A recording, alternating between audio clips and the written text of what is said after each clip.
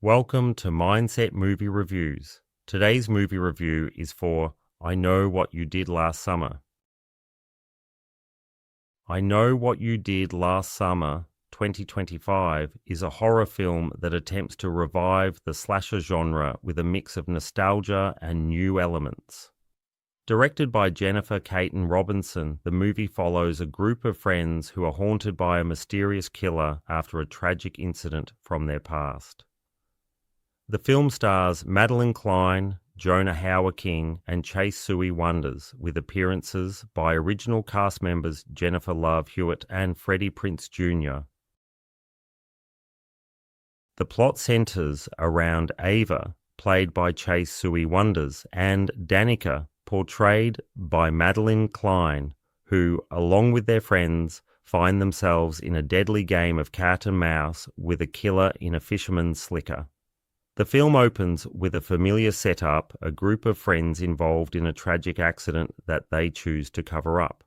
However, this time, the incident is not entirely their fault, which adds a new layer to the story. The film explores themes of guilt and the consequences of past actions, but it struggles to maintain the suspense and intrigue that made the original a cult classic.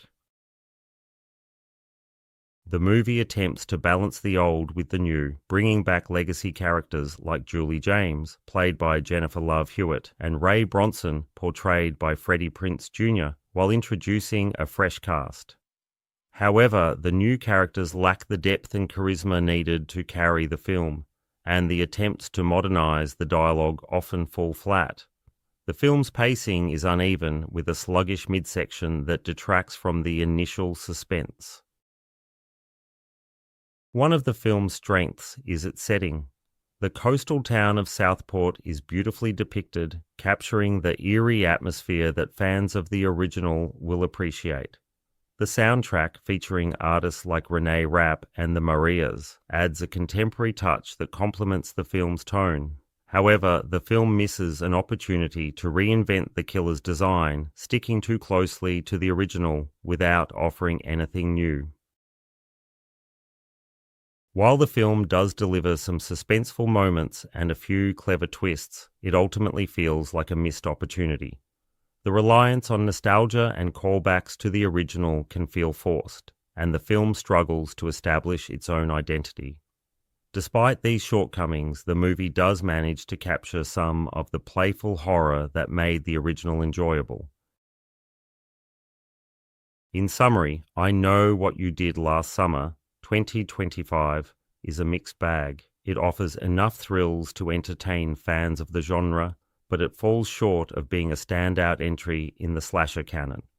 The film's attempt to bridge the gap between old and new is commendable, but it lacks the originality and impact needed to leave a lasting impression.